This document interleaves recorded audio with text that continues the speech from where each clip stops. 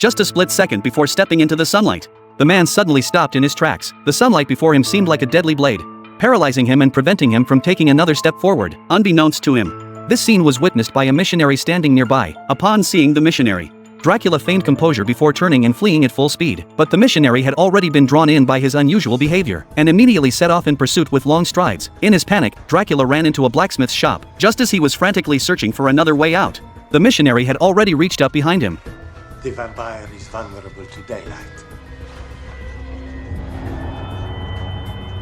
and to pure silver.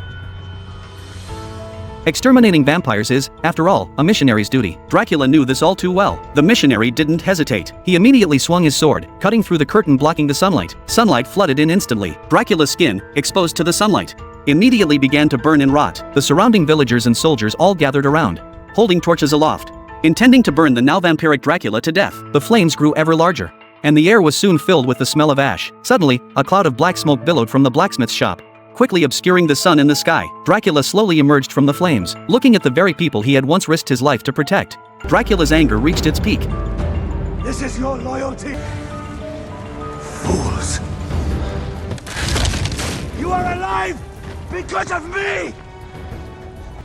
Because of what I did to save you! His wife, standing by his side, soothed his emotions. Dracula gradually calmed down. It turned out that in the mid-15th century, the Ottoman Empire was waging war everywhere. Many small nations were forced to surrender under their attacks. To strengthen its military, the Ottoman Empire enslaved 1,000 young boys, and Dracula was among them. As Dracula grew into adulthood, his mind matured. Disgusted by the blood on his hands, he bid farewell to his former friend, the current Sultan of Turkey. Afterward, Dracula married, had children, and lived a peaceful life. But not long after, Dracula discovered a Turkish scout's helmet on his own estate. He went to search the nearby mountains. Midway up the mountain, they found a cave. Inside, they saw Turkish soldiers' armor scattered about, along with crushed bone fragments on the ground. It was clear that Turkish soldiers had previously hidden in this cave, but it seemed they had been devoured by something. At that moment, they had no idea they were being targeted by a monster. The soldier leading the way had barely spotted the monster, when, in the next second, he was dragged into the darkness. Dracula, seeing the situation was dire, immediately led the remaining soldiers to flee the cave, but before they had run a few steps, another soldier was also snatched away by the monster. Dracula immediately counterattacked. He moved toward the cave entrance,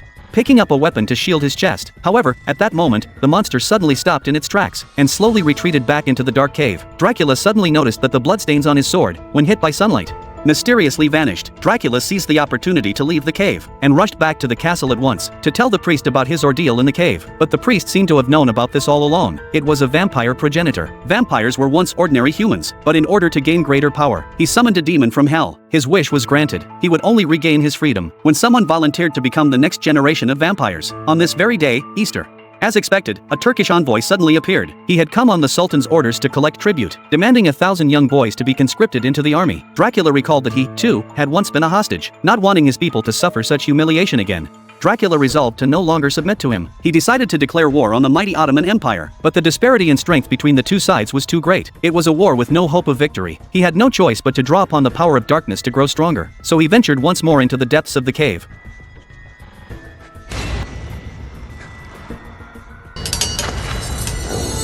He pushed aside the long sword in Dracula's hand, leaned close to Dracula's ear, and asked why he had returned. Losing men to reek of fear.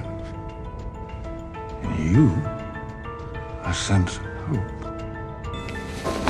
What kind of man crawls into his own grave in search of hope? A desperate one. Dracula said he had come here to harness the power of darkness, to defend against the Turkish army about to attack his country, for only by becoming powerful enough could he protect his people. At that moment, the vampire slashed Dracula's neck with his claws. The scent of fresh blood sent the vampire into a frenzy. He stuck out his tongue and began licking the blood from Dracula's wound, confirming that Dracula was the one who could grant him freedom. The vampire casually picked up a skull and smashed it open, to use as a vessel for the blood.